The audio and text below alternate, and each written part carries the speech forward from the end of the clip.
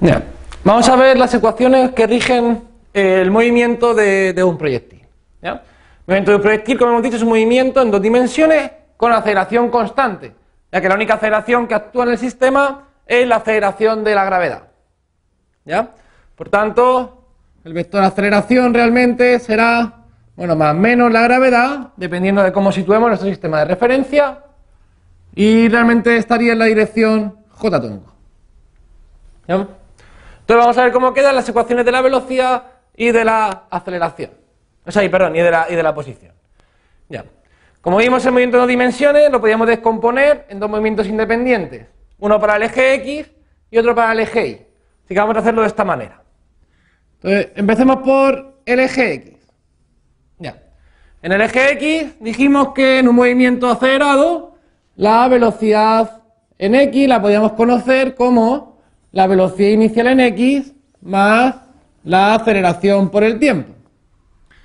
Bien, en este caso particular, la aceleración tiene componente X, pero esto será componente X de la aceleración. En este caso, ¿la aceleración tiene componente X? No. Por tanto, esto será 0, y por tanto diríamos que en el eje X la velocidad X será igual a la velocidad inicial y será una constante. Muy importante. ¿Vale? Por tanto, si la velocidad es constante, ¿cómo será la posición? La posición se irá moviendo según un movimiento rectilíneo uniforme. O sea que, en este caso, la posición en X tendremos que vendrá dada como su posición inicial más la velocidad en X multiplicada por el tiempo. Veamos cómo quedarían las ecuaciones para el eje Y.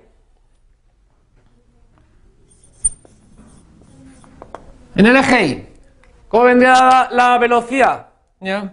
La velocidad en Y vendrá dada como la velocidad inicial en Y más la aceleración en Y multiplicada por el tiempo. ¿Sí? En este caso, ¿cuál va a ser la componente Y de la aceleración? Será la gravedad, donde el sentido nos la dará nuestro sistema de coordenadas, dependiendo de cómo pongamos nuestro sistema de referencia, será positiva o negativa.